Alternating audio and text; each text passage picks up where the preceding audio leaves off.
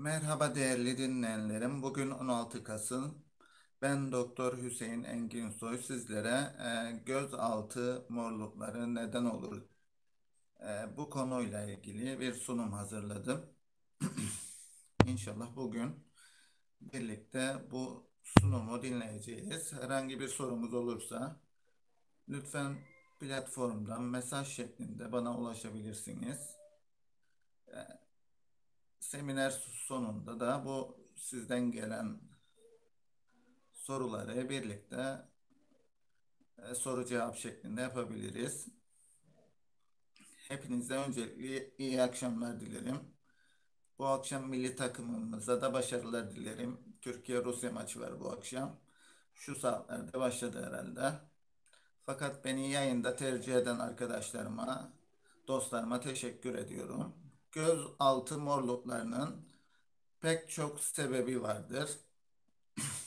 İlk sırayı, ilk sırada yaşlanmayı yazabiliriz. Hepimizin yaşı ilerliyor ve yaşımız ilerledikçe göz altındaki deri torbalanmaya, sarkmaya ve koyulaşmaya başlar. İlaçların da göz altı morluklarına yol açabildiği aklınızda olsun.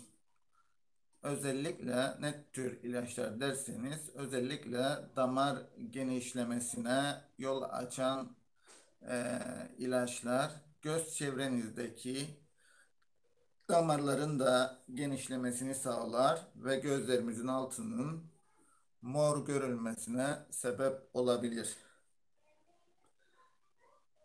Beslenme hatalarını da unutmamak lazım. Özellikle kötü beslenme, örneğin özellikle protein eksikliği, vitamin noksanlığı, demir fakirliği yani demirden eksik gıda alma, C vitamininden yoksunluk da göz çevrenizin morarmasına sebep olabilir. Bunun dışında diğer bir etken, üçüncü bir etmen de alerji sorununu da not almak gerekir. Özellikle alerjik konjüktivit. Bu bir çeşit göz alerjisidir ve sık rastlanmaktadır ve bize başvurular gelmektedir. Bunun dışında alerjik rinit, alerjiye bağlı burun iltihaplanması da göz çevresini olumsuz etkileyen sorunlardandır.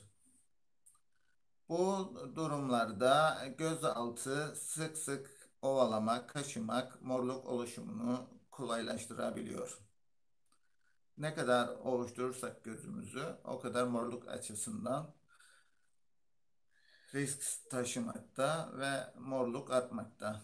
Diğer taraftan bazı kişilerde nedeni bilinmeyen metabolik süreçlerle göz altında aşırı bir melanin pigmenti birikmesi sonucu bu melanin pigmenti morluklara ve ciltte e,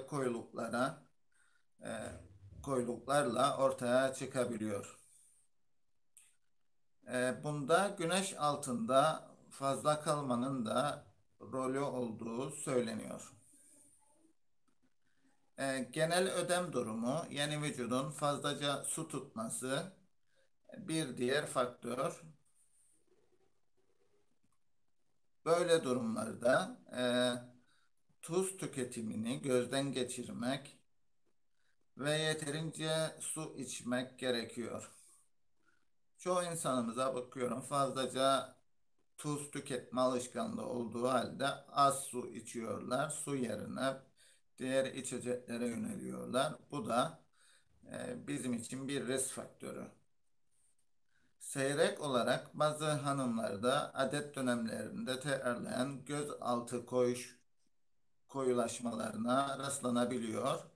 Ayrıca hamilelik döneminde de bu tür değişimlerin ortaya çıkması mümkün olabiliyor. Son olarak kötü ve dikkatsiz bir yaşam tarzı, bunlar arasında aşırı sigara ve alkol tüketiminin, kısacası Kişisel bakımsızlığın bu işte rolü olabileceğini biliyoruz. Peki tedavisi nedir? Aklınıza hemen böyle bir soru geliyor. Benim gözümün altı mor, ne yapmalıyım? Nasıl geçmeli?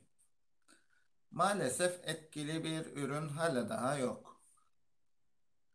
K vitaminli hyaluronik asit, C vitamini ve kateşini, yeşil çay özü, zengin ürünler deneniyor ama net bir sonuç alınamıyor. Evet, maalesef böyle net bir sonucumuz yok fakat septomatik tedavi veriyoruz ve bu septomatik tedaviyle hastalarımızın iyileşmesine yardımcı olabiliyoruz. Bunun dışında gıda alışkanlıklarını da gözden geçiriyoruz. E, Ayzer Hanım'a teşekkür ediyoruz bize yolladığı mesajdan dolayı. Yine Rezai Hanım'a teşekkür ediyoruz. Bakalım başka mesajlar var mı? Canlı sohbetler. Bunun dışında Aslı Molla Hanım teşekkür ederim. Merhaba hocam, iyi yayınlar demiş. Yine Rezai Hanım bizlere iyi yayınlar dilemiş. Sorusu olan varsa sorabilir bu gözaltı morluklarıyla ilgili. Zaman zaman bizlere sık sık hastalarımız gelmekte. E, Simin Enginsoy Hanım'a da teşekkür ediyoruz. Bize soru sormuş o da. Can iyi yayınlar dilemiş. Zaman zaman hastalar bize müracaat etmekte. Tabii genetik olarak cilt altının dokusunun eee, ince olmasından dolayı genetik olarak da morluklar meydana gelebiliyor. Bunun dışında uykusuzluk, geceleyin az uyku uyumak, beslenme bozukluğu, alkol ve sigara kullanımı, bunlar da cilt altı morlukları artırmakta. Özellikle bayan hastalarımızda olumsuz bir etki yaratmakta ve bizlere sık sık başvurmaktalar. Bu konuda elimizdeki imkanları kendi lehimizde kullanmamız gerekir. Simin Hanım'a teşekkür ediyoruz. Aslı Molla Hanım hocam da teşekkür ediyoruz. Yayınlarımızın devamını diliyorlar. Biz genel olarak önce ana bir sebep var mı? Onlara bakıyoruz. Hastaların tuz tüketimlerini gözden geçiriyoruz. Eğer aşırı yarım dilim ekmek tuz miktarı bir gün bize yetmekte. Biz fazla yemeğimize koyduğumuz her tuz eee, teşekkürler ederim Aslı Molla Hanım. Yayınlarımın devamını diliyor. Yemeğimize koyduğumuz her ekstra tuz bize ödem olarak geri gelmekte ve cilt altı morluklarını artırmakta. Bunun dışında sigara kullanımı çok önemli. Nikotin dolaşımı bozduğu için gözaltı tabakalarının morluklarına sebep oluyor. Bunun dışında uyuşturucu madde kullanımı da morluk sebepleri arasında. İlerleyen yaş, genetik önemli.